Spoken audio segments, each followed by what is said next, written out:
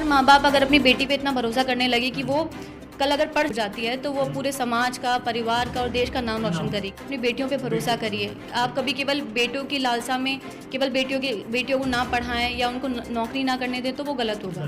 तो आप बेटियों में बिल्कुल विश्वास रखें और वो ज़िंदगी में जब कुछ अच्छा करेंगी और अपने पैरों पे खड़ी होंगी और आपका नाम रोशन करेंगी तो उस दिन मैं जानती हूँ समाज आपको सर उठा के सैल्यूट करता है।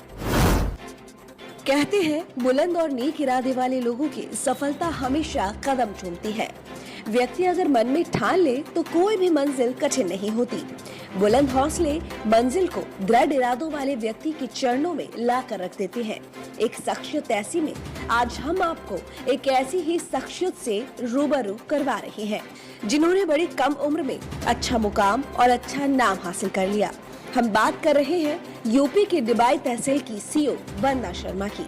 वंदना शर्मा को दृढ़ इच्छा शक्ति वाली, तेज तर्रार व काफी ईमानदार सीओ माना जाता है। वंदना शर्मा ने डिबाई की कमान संभालते ही अपराधियों के हौसले पस्त कर दिए, बल्कि गुनाहगारों को जल्द से जल्द सजा दिलवाने का भी काम किया। ऐसी महान शख्सियत से बात की खबर 24 एक्सप्रेस के मैनेजिंग एडिटर मनीष कुमार अंकुर ने। आप भी सुने और वंदना शर्मा जैसी शख्सियत से प्रेरणा लें। नमस्कार, मैं मनीष कुमार खबर 24 एक्सप्रेस में आप सभी का स्वागत करता हूं। इस वक्त जैसा कि आप मेरे साथ देख रहे होंगे, डिवाई की सीईओ हैं आप वंदना शर्मा जी। बहुत तेज तरह सीईओ हैं और सबसे बड़ी बात इनकी जो खासियत है कि जो डिबाई में अपराध हैं काफ़ी कम इन्होंने कर दिया है और काफ़ी मेहनती और ईमानदार इनको माना जाता है। तो मैडम, सबसे पहले आपका स्वागत है खबर 24 एक्सप्रेस में। Thank you. तो जैसा कि जो प्रोग्राम है एक शख्सियत ऐसी भी, मैडम के बारे में हम बहुत सारी चीज़ जानेंगे। महिला हैं तो बहुत सारी चुनौतियां आती हैं और सीईओ हैं। सबसे बड़ी बात यह है कि 4 थाने मैडम संभाल रही हैं और बहुत मुश्किल होता है इनको संभालना। और अभी जो वक्त है, क्योंकि यहाँ पर जो पंचायत इलेक्शन चल रहे हैं, तो पंचायत इलेक्शन एक बहुत बड़ा अपने में ही मतलब एक चुनौती है।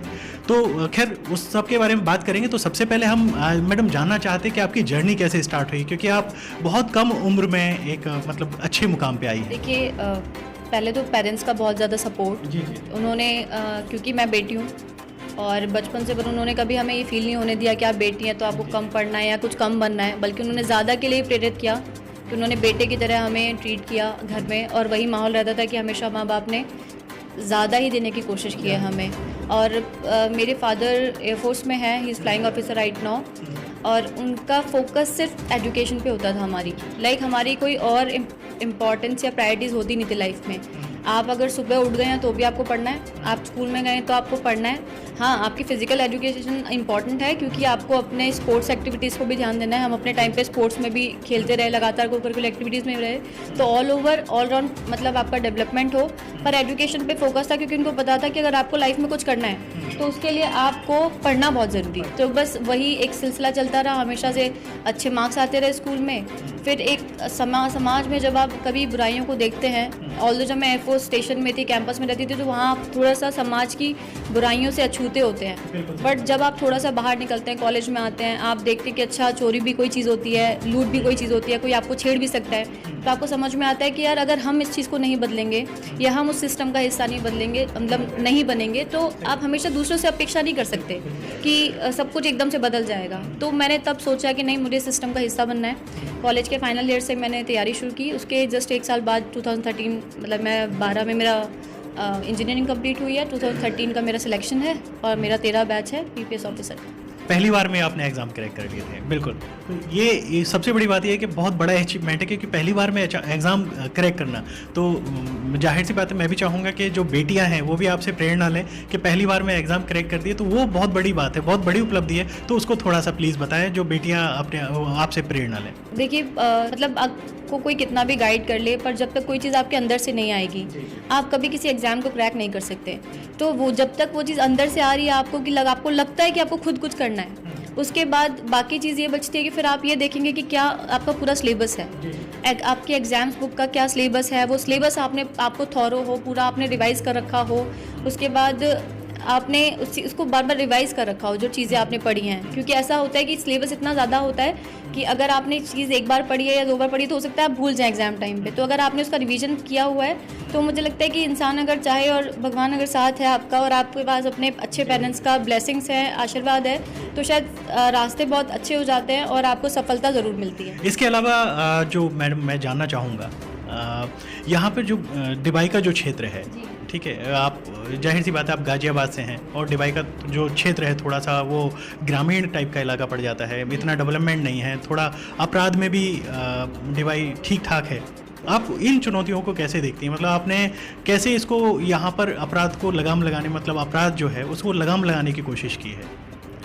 देखिए, बुलंदशहर महिला संबंधी अपराध के लिए बहुत ज़्यादा जाना जाता रहा है, क्योंकि यहाँ इस तरह के कुछ ना कुछ मामले सामने आते रहे हैं। तो जो मैंने अपने कार्यकाल में नौकरी के दौरान सीखा कि कहीं ना कहीं जब शासन का, सरकार का भी इतना जोर है कि महिला संबंधी अपराध में कमी आनी चाहिए, हमें उनकी बेहतरी के लिए, महिलाओं की बेहतरी के लिए कुछ करना चाहिए, तो मैंने यही एक संकल्प लिया कि क्यों ना हम ऐसे केसेस पे फोकस करें, समाज में उन अपराधियों को सज़ा दिलाएं जो ये अपराध कारित कर रहे हैं। तो अगर जब सज़ा होती है तो एक समाज में मैसेज जाता है, एक डिटरेंस लेवल क्रिएट होता है, लोगों को डर लगता है उस बात से कि यार अगर कल हम ये घटना करेंगे तो हमें भी सज़ा होगी।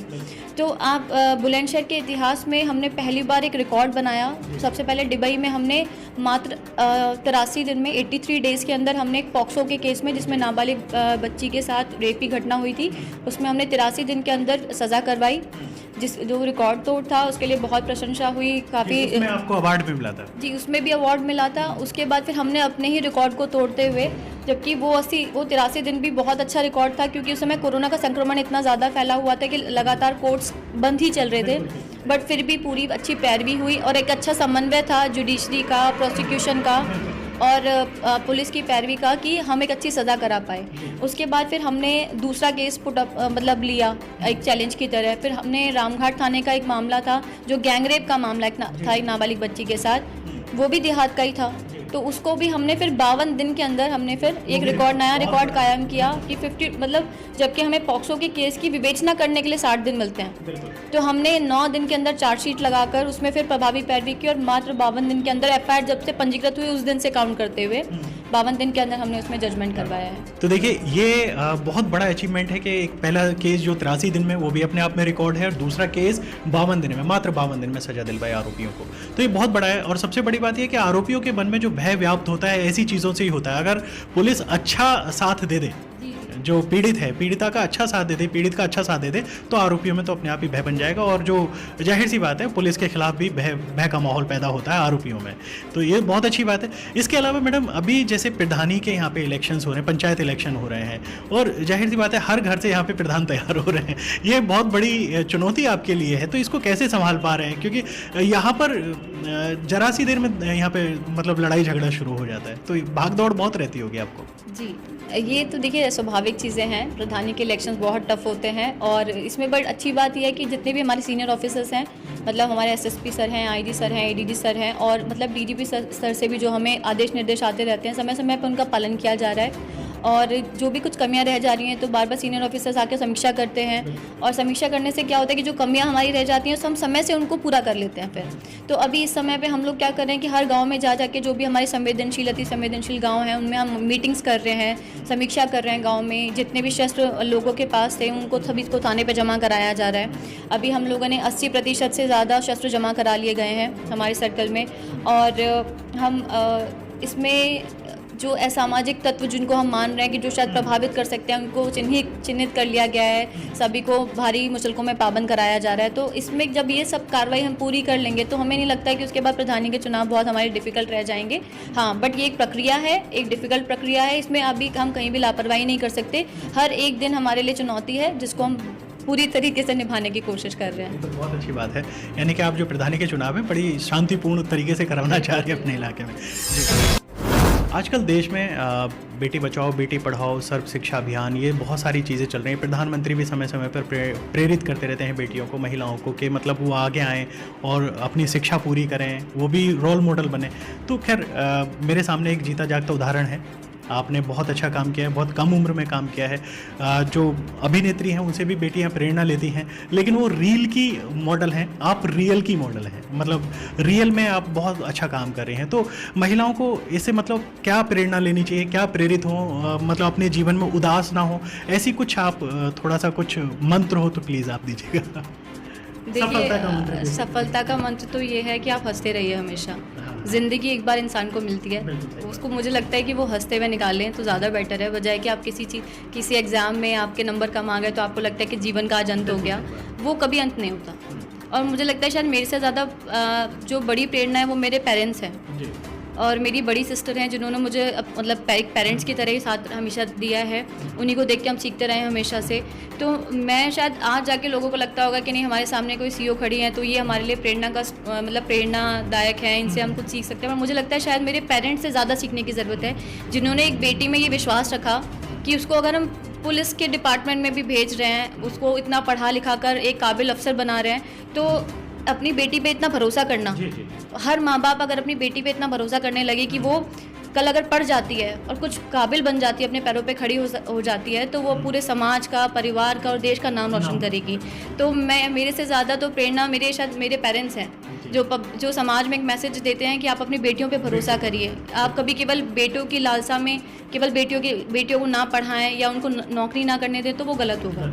तो आप बेटों में बिल्कुल विश्वास रखें, और वो ज़िंदगी में जब कुछ अच्छा करेंगी और अपने पैरों पे खड़ी होंगी और आपका नाम रोशन करेंगी, तो उस दिन मैं जानती हूँ समाज आपको सर उठा के सैल्यूट करता है।